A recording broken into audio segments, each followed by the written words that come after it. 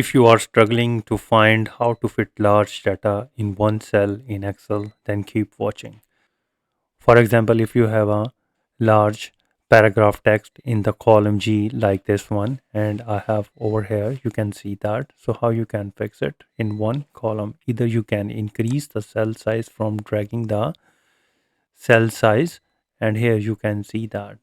So if you don't want to do that, then right click and go to the format cell, and under the format cells go to the alignment, and here you will see that wrap text. Click on that. So this sentence is used to demonstrate text wrapping within Microsoft Excel to ensure all content is visible without spilling into adjacent cells or requiring excessive manual adjustment. So another way is that right click and go to the format cells, and again you need to go to the alignment, and here you need to select shrink to fit.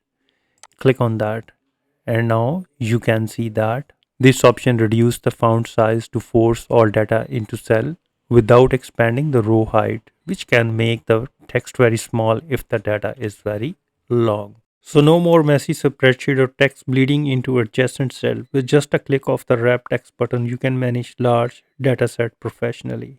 If you found this quick tip helpful, make sure to like and subscribe for more easy Excel hacks. Thanks for watching and happy spreading.